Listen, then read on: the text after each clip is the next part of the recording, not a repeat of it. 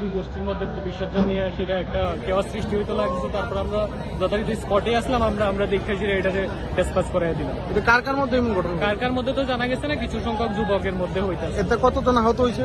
আহত বলতে এখন তো কেউ নাই, জাস্ট এটা একটা কেওয়াস স্টার্ট হইতে লাগছে। আমরা এটাকে স্টেবল, কেউ আহত হওয়ার আগে আমরা এটা ডিসপাস করে দিচ্ছি।